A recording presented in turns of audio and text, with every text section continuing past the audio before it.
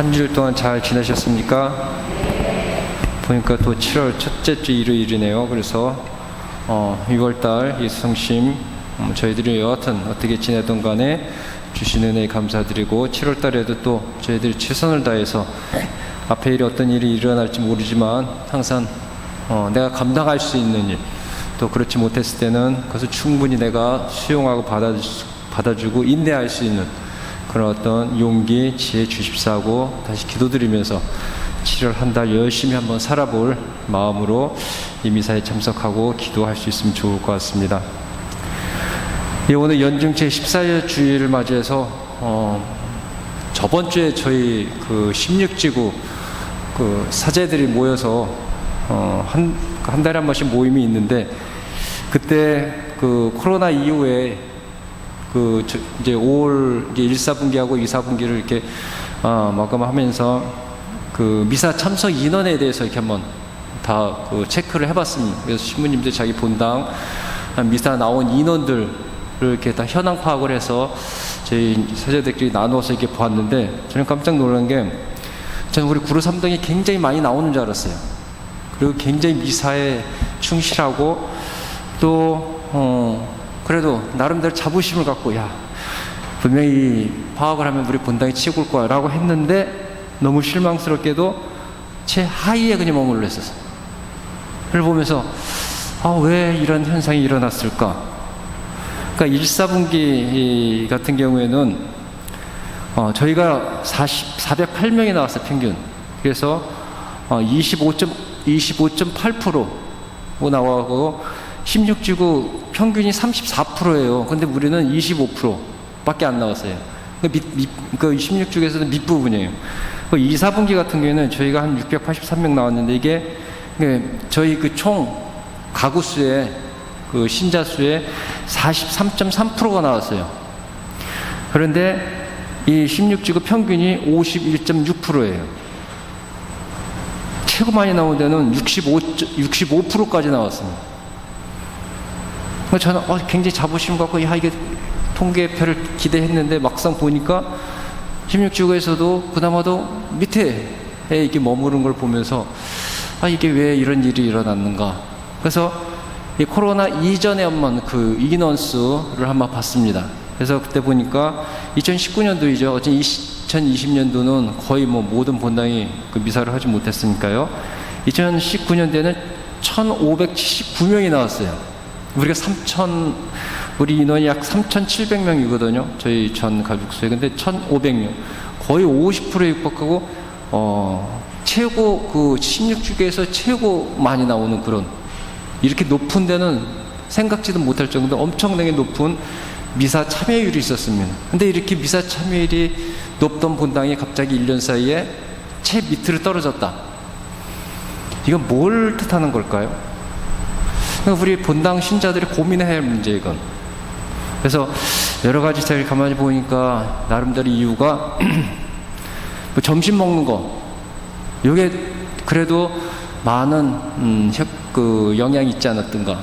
그리고 다른 여러 영향이 있었는데, 그렇다면 우리가 이 미사에 나오는 우리 신앙인으로서 어떤 이 믿음이라고 하는 것이 어떤 그 순수 그 믿음 때문에 미사에 참석하고 내가 신앙인에게 삶을 살아가는 것이 아니라, 외부적인 어떤 것에 영향을 받아서 이것이 내 신앙이 흔들리고 또 그 변화가 생긴다고 하면은, 과연 이것이 진정한 내가 올바른 신앙을 갖고 있는 것인가 라는 것을 저희들이 고민을 하면서, 여기에 대한 어떤 그 해답을 오늘 마르코복음은 예수님께서 당신 고향에 찾아가서 그 고향에 있는 사람들이 예수님을 믿는 것이 약한 것을, 그러니까 많이 믿지 않는 것을 굉장히 놀라워하셨습니다. 그래서 오늘 놀랍다는 단어가 2번에 걸쳐서 나옵니다. 첫 번째, 예수님께서 말씀하시고 기적을 베푸시고 놀라운 일을 하는 것을 보면서 예수님 고향의 사람들이 예수님을 보고 굉장히 놀라워하는 그런 모습이 나오고요. 두 번째는 예수님께서 자기 고향 사람들이 그 믿음이 굉장히 부족하다는 것, 믿지 않는 것에 놀라워하십니다. 그러면서 이 고향 사람들이 처음에 예수님의 그 어떤 놀라운 일들, 지혜로운 어떤 그런 말씀들, 또 어떤 그런 기적, 뭐 이런 것을 보시면서 놀랍고, 아니 예수님은 저 그 목수의 아들이고, 그 자기들이 너무나 어렸을 때 보고 자랐을 거 아니에요. 그 가족들도 그런 가족에 저런 뛰어난 인물이 나왔나 하고 놀라는 그런 모습, 굉장히 긍정적인 개천에 용이 난 거죠. 그런 모습으로서 예수님을 받아주는 사람들이 갑자기 변해서 예수님과 등을 지게 됩니다. 그래서 예수님이 하시는 그 일에 대해서 다 못마땅히 여긴다고 복음은 저희들에게 이야기를 하고 있어요. 그래서 그 놀랍고 그 굉장한 어떤 큰 나름대로의 어떤 능력을 가지신 예수님을 수용하고 놀라하면서 다른 한편으로 부러워하는 그런 눈치를 보던 사람들이 갑자기 예수님께 등을 돌리는 그 이유가 무엇인가? 이것에 대해서 마르코복음은 저희들에게 답을 주고 있는 것 같아요. 그래서 그런 모습은 어떻게 보면은 예수님에 대해서 너무 모르지 않았던가. 마르코복음 같은 경우에는 하느님의 나라의 신비에 대해서, 하느님의 나라에 대해서는 제자들에게는 신비에 대한 이야기를 해주시면서 거기에 대해서 잘 설명을 해주셔요. 그런데 다른 사람들에게, 믿지 않는 사람들에게는 하나의 그 뭐라 할까, 비유로 말씀을 하십니다. 다시 말 그들이 알아듣지 못하게 이렇게 말씀을 하셔요. 그래서 그 비유의 말씀을 알아듣기 위해서는 예수님과 함께 있어야 되는, 또 예수님이 하는 모습을 항상 주시하고 보아야 되고, 또 그분이 어떻게 살아가는지를 항상 볼 수 있는 그런 사람들이야말로 예수님을 정말로 내가 받아들이고 그분의 말씀에 따라서 내가 살아가려고 나름대로 노력하는 그런 사람들이거든요. 근데 이 예수님의 고향 사람들은 소문만 들었어요. 이 부모들도 가족들도 소문만 들었지 직접 예수님 하는 그 살아가는 모습들, 또 그 가난하고 병들고 정말로 살아가기 힘든 이런 어떤 어려운 사람들에게 다가가서 그분이 하셨던 그런 모습은 보지 못했고, 또 이 말씀도 듣지 못했던 사람들, 그래서 그런 현상을 보고서 굉장한 능력이 있구나, 대단한 분이구나 라고 하지만 그것을 수용하기에는 그 수용할 수 있는 능력이 없었던 거예요. 왜? 그것에 대해서 이해할 수가 없었고 받아들일 수 있는 나름대로 그 능력이 없었기 때문에. 그래서 예수님께서는 구약 그 마르코복음에서 자기 참 가족들에게 얘기할 때 자기 주변 사람들 이렇게 지시하면서 이 사람들이 나의 가족이라고 이렇게 말씀하십니다. 따라서 하느님의 뜻을 실행하는 사람이야말로 진정한 나의 형제 자매라고 얘기하고 있어요. 그럼 하느님의 뜻을 누구한테 우리가 알아듣겠어요? 예수님을 통해서만 저희들이 들을 수 있고, 또 예수님을 통해서만 그 하느님의 뜻이 어떻게 우리 인간들의 삶에 들어와서 살아가고 있는지, 또 어떻게 살아가야 되는 것인지를 알 수가 있는 사람들이거든요. 근데 예수님과 떨어져 있는 사람들은, 예수님과 멀어져 있는 사람들은 예수님을 알고 있지만, 그 어떤 소문으로 많은 것을 알고 있지만, 그럼에도 불구하고 예수님을 직접 보지 못한 사람들은 예수님의 그 말씀하시는 거, 행하는 그런 일이 그 안에 포함되어 있는 그 의미를 전혀 모르는 그런 어떤 상황. 그렇기 때문에 예수님께서 하시는 일은 하느님이 예수님을 통해서 어떤 그런 능력을 주는 것이 아니라, 이 마을 사람들은 사탄의 힘, 그러니까 악마의 힘을 빌려서 예수님께서 이런 일을 한다고 이들은 믿고 있었습니다. 그래서 그 놀라운 일을 본 것은 놀라웠지만 그것을 수용하는 것, 받아들이는 것은 받아들일 수가 없었던 것이에요. 바로 여기서 우리들의 어떤 그 믿음의 모습도 한번 이렇게 뒤돌아봐야 되는 어떤 그런 상황이지 않는가. 저희들이 예수님을 알기 위해서 예수님의 어떤 그 말씀을 듣고 또 예수님께서 행하신 그런 것들을 끊임없이 우리는 이 미사 중에 이렇게 와서 들어요. 그럴 때 여러분들 듣고 예수님께서 말씀하신 것이 무엇인지 알지만 그나마 이것을 듣지 못하는 사람들, 이런 사람들에게 있어서는 예수님은 한가 그냥 옆에서 그냥 뛰어난 인물로서 생각할 수밖에 없는 그런 상이라고 하는 것이죠.